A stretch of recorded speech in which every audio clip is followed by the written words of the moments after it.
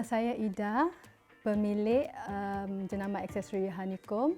Saya ibu kepada 4 orang anak dan seorang menantu. Saya berasal dari Kuching, Sarawak dan saya telah menjalankan perniagaan aksesori all by myself sejak 10 tahun yang lalu.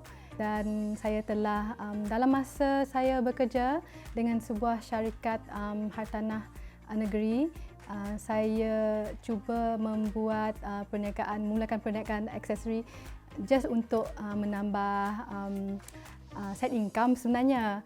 Tapi bila perniagaan saya mula bertambah baik dan pelanggan pun semakin ramai, saya buat keputusan untuk berhenti daripada menjadi seorang eksekutif di syarikat hartanah tersebut dan telah menjalankan perniagaan aksesori saya dari rumah sejak tahun 2017.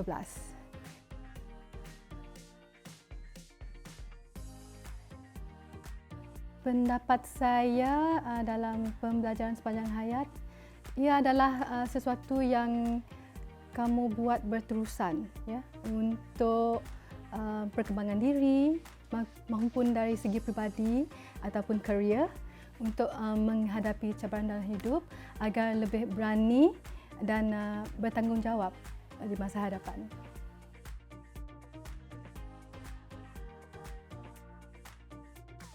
Sebenarnya minat saya ni bermula dari bangku sekolah, membuat perhiasan secara tidak sengaja. Saya suka tengok kawan pakai aksesori wanita cantik-cantik. Jadi saya milih untuk membuat aksesori sebab saya rasa aksesori tu sama penting dengan pakaian. Kadang-kadang you pakai baju tu baju lama, kalau you kena dengan aksesori, your whole clothing, pakaian akan nampak baru.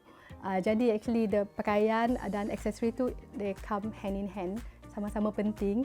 Jadi sebab tu sampai sekarang saya lebih minat untuk tidak menukar haluan saya. Ada yang dah buat aksesori, dia orang nak buat tudung, nak buat lain juga kan. Tapi saya rasa macam especially dalam keadaan pandemik, and then kadang-kadang sometimes jualan tu jadi macam berkurangan kan, sebab orang tak pergi majlis, jadi orang tak pakai aksesori. But alhamdulillah, saya ikut juga perkembangan walaupun dalam keadaan pandemik. There are aksesori that you boleh pakai sama dengan your mask kan. So sebab tu saya tetapkan diri untuk membuat aksesori.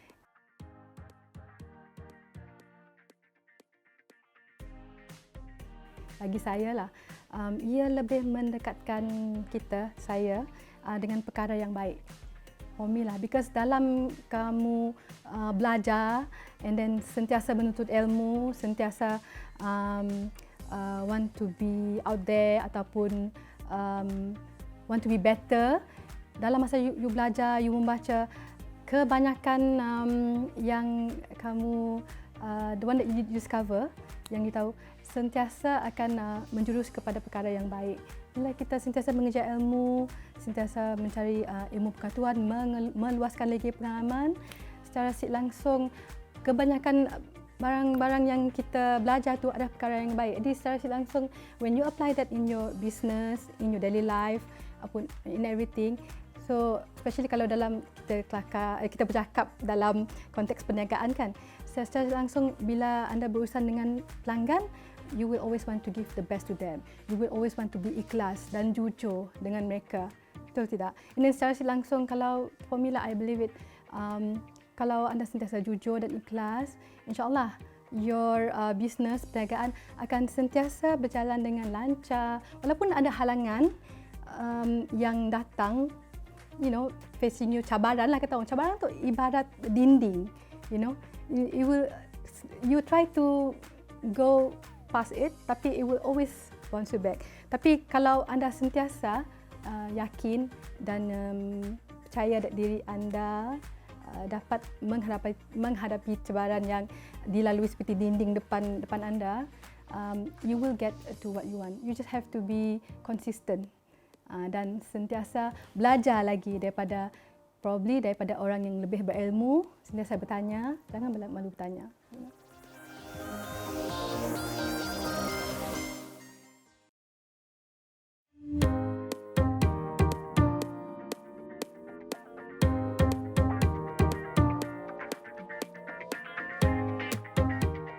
Sebagai penggiat fashion, kejayaan terbesar yang saya rasa up to date adalah apabila aksesori saya berada di pentas KL Fashion Week. Alhamdulillah, that was right before pandemic 2020. So that was the last KL Fashion Week 2019 kalau tak silap. Saya bersama-sama dengan Allahyarham Sufyan Tugiman. Jadi dia mengajak saya bersama-sama untuk menjayakan fashion pakaian dia, dan that was one of the best moment. Selain itu, aksesori saya juga pernah digayakan oleh artis tempatan popular seperti Vanida Imran, Datuk Sri Siti Nurhaliza, Lina Pompom, Eli Mazlin, Faradia dan ramai lagi. Alhamdulillah.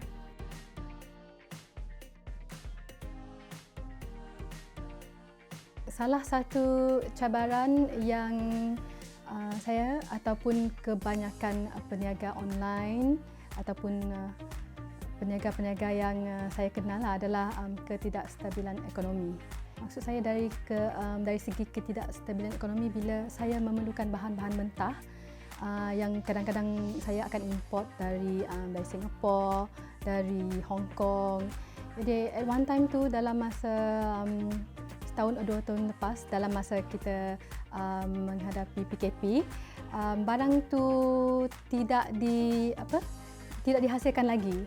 Jadi masalah saya timbul bila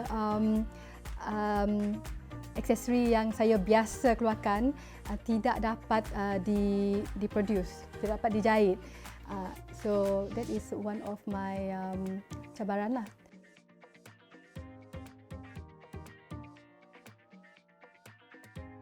Planning is very important for me lah. So whatever happens, apa yang berlaku dalam hidup lah, dalam pandemik ke, ada masalah peribadi ke, kalau you betul-betul ambil berat tentang perniagaan ataupun your brand, you kena buat planning jangka masa pendek dan jangka masa panjang. You sentiasa buat planning, what you want to do in the next 5 years, what you're going to do in the next 1 month.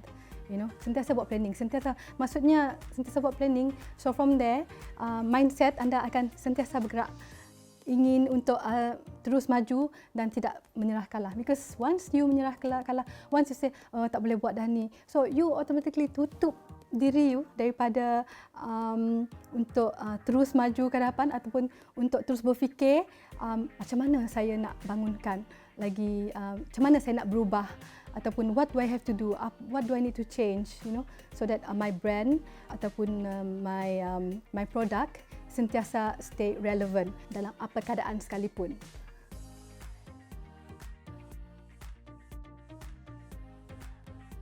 Selalunya kalau boleh, saya suka berjumpa dengan pelanggan tersebut, because dari situ saya akan kenal personality dia, saya akan lebih tahu pasal pemakaian yang dia lebih cenderung kepada.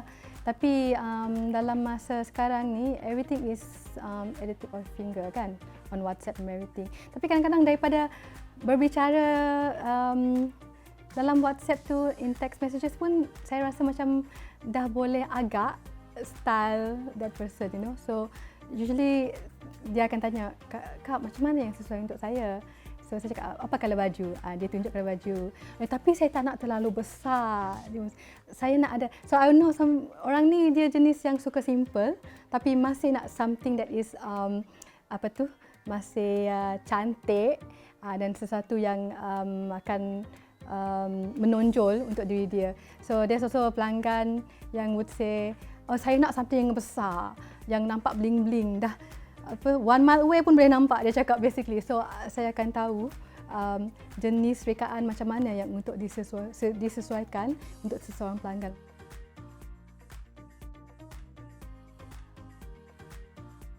Nasihat saya untuk yang ingin berkecimpung dalam bidang perniagaan, you jangan takut untuk menghadapi risiko dan mengambil risiko.